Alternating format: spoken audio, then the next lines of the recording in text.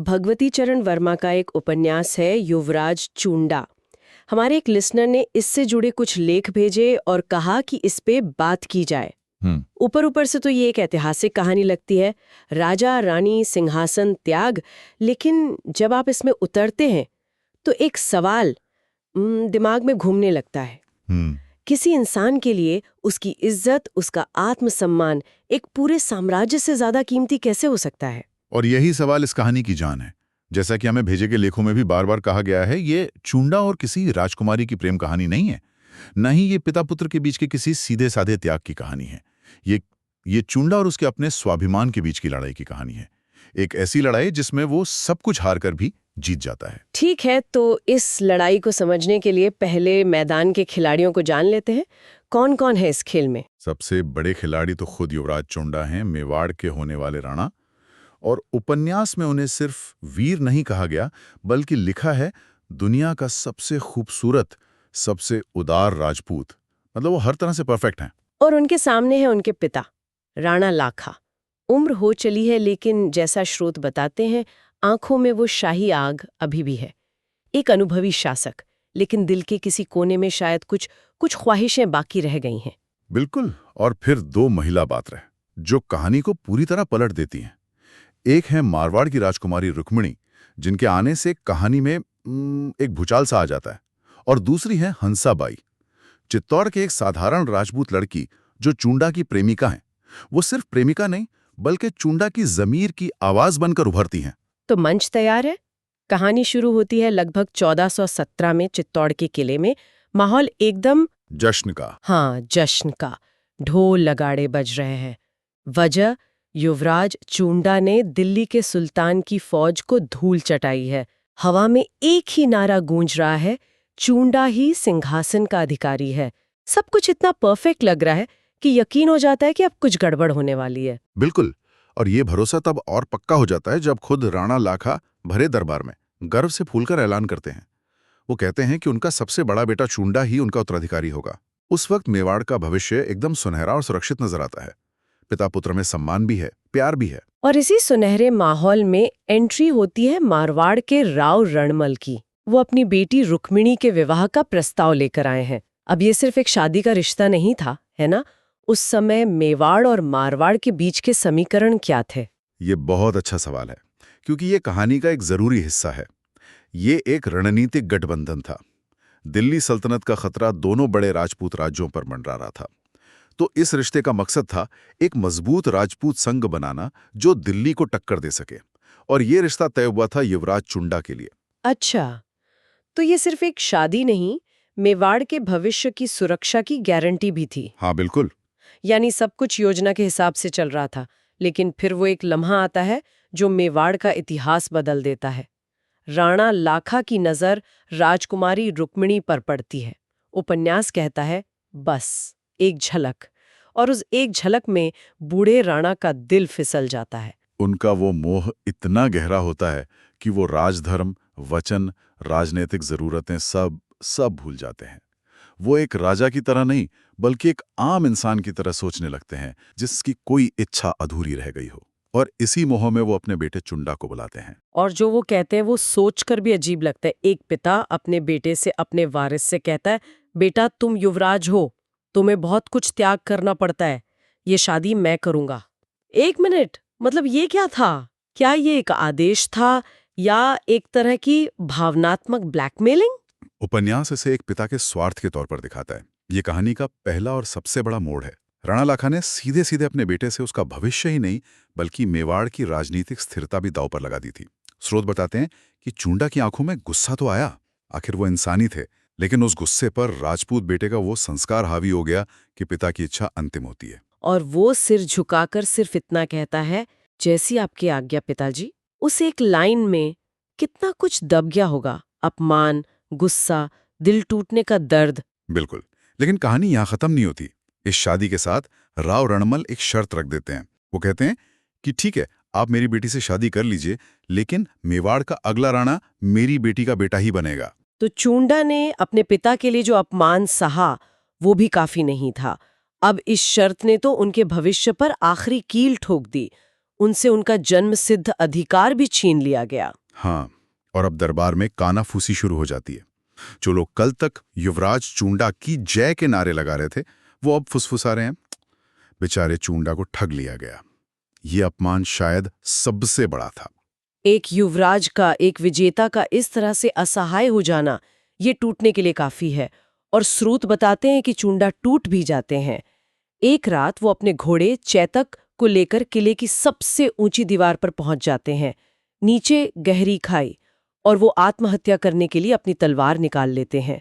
ये बहुत बहुत बड़ा कदम है। बिल्कुल। और यहाँ उपन्यास एक बहुत मार्मिक बात दिखाता है। ये सिर्फ अपमान की बात नहीं थी, ये पहचान का संकट था। वो युवराज चूंडा थे, मेवाड़ के भावी राणा। जब वो पहचान ही छीन ली गई तो उन्हें लगा कि अब चूंडा का वजूद ही खत्म हो गया है। वो क्या है? एक ठगा हुआ राजकुमार। उन्हें लगा कि जीने का कोई मकसद ही नहीं बचा। और तभी उस अंधेरे में हंसाबाई आती हैं। वो उन्हें रोकती हैं और कहती हैं, युवराज, अगर आप मर गए तो मेवाड़ का क्या होगा? मैं भी आपके साथ मर जाऊंगी, पर पहले राणा साहब से अंतिम बार बात तो कर लीजिए। उनके ये शब्द चूंडा को उस गहरे अंधेरे से बाहर खींच लाते हैं। हंसाबाई उन्हें याद दिलाती हैं कि उनका जीवन सिर्फ उनका नहीं है, वो मेवाड़ की अमानत है। उनका कर्तव्य सिर्फ सिंहासन पर बैठना नहीं, बल्कि मेवाड़ की रक्षा करना है, चाहे वो किसी भी हाल में हो। ये बात चूंडा को अंदर तक झकझोर देती है। हंसा की बात मानकर चूंडा अपने पिता के पास जाते हैं। उस वक्त उनके मन में क्या चल रहा होगा, इसकी हम सिर्फ कल्पना ही कर सकते हैं। वो राणा लाखा के सामने हाथ जोड़कर खड़े होते हैं और कहते हैं, महाराणा, आपने जो किया वो आपके अधिकार में था। मैंने अपना सिंहासन त्याग दिया। और इसके बाद वो जो कहते हैं वो मेवाड़ के इतिहास में अमर हो गया। वो एक प्रतिज्ञा लेते हैं।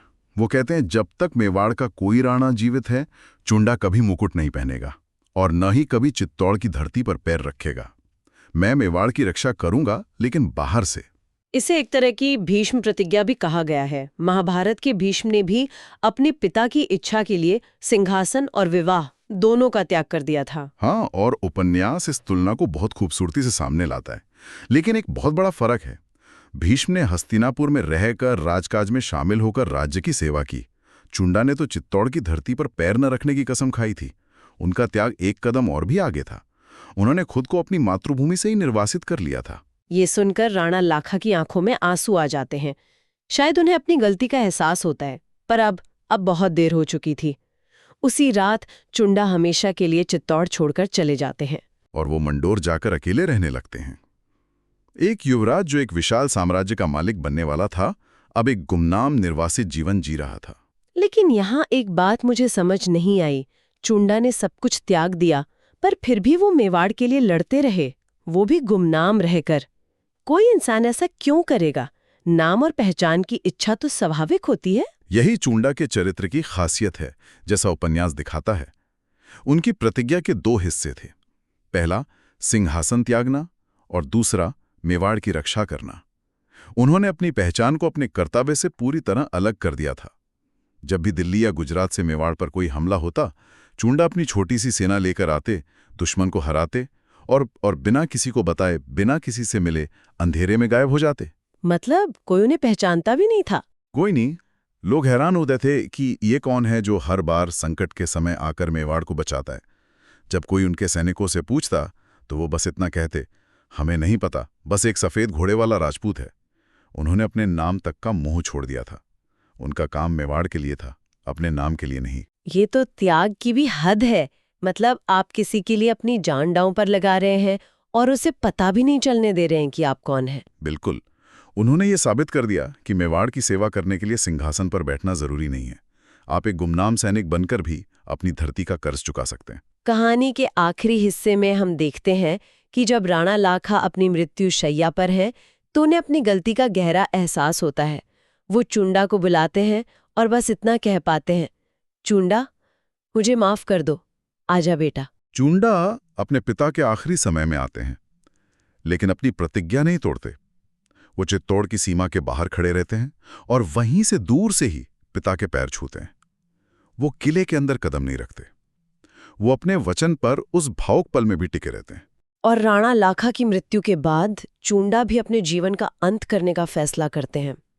स्रोत बताते हैं कि वो विष पीकर अपने प्राण त्याग देते हैं। और उनकी आखिरी इच्छा वो उनके पूरे जीवन के त्याग का सार थी। उन्होंने कहा, मेरा दाह संस्कार चित्तौड़ की सीमा पर ही करना, ताकि मेरी राख का एक कण भी चित्तौड़ की जमीन में प्रवेश न कर सके। यकीन करना मुश्किल है, अपनी मिट्टी से इतना गहरा प्यार और अपने वचन के लिए उससे इतनी बड़ी दूरी। आज भी चित्तौड़ के बाहर वो जगह है जिसे चूंडा की छतरी कहते हैं वहां राजपूत आज भी उस महान त्याग को नमन करने के लिए सिर झुकाते हैं। उपन्यास की जो आखिरी पंक्तियां हैं वो इस पूरी कहानी को एक वाक्य में समेट देती हैं। उसने सिंहासन नहीं, उसने अपना आत्मसम्मान चुना। और जिस दिन राजपूत आत्मसम्मान को सिंहासन से ऊपर रख देता है, उसी दिन मेवाड़ अमर हो जाता है। और इसीलिए स्रोत बार बार इस बात पर जोर देते हैं कि ये कोई प्रेम कहानी नहीं है, ये राजपूती गर्व और आत्मसम्मान की कहानी है। जब चूंडा से सब कुछ छीन लिया गया तो उनके पास सिर्फ एक ही चीज बची थी, उनका वचन, उनका स्वाभिमान, और उन्होंने उसे किसी भी कीमत पर नहीं छोड़ा। बिल्कुल, जब भी सवाल पूछा जाता है कि सबसे बड़ा त्याग क्या होता है, तो चित्तौड़ की दीवारें शायद आज भी चिल्लाकर कहती हैं, चूंडा। ये कहानी एक बहुत गहरा सवाल हमारे लिए छोड़ जाती है, जो स्रोत के अंत में भी उठाया गया है। ये सिर्फ एक ऐतिहासिक कथा नहीं, बल्कि एक आईना है। और सवाल ये है कि क्या आज के समय में कोई चुंडा बन सकता है?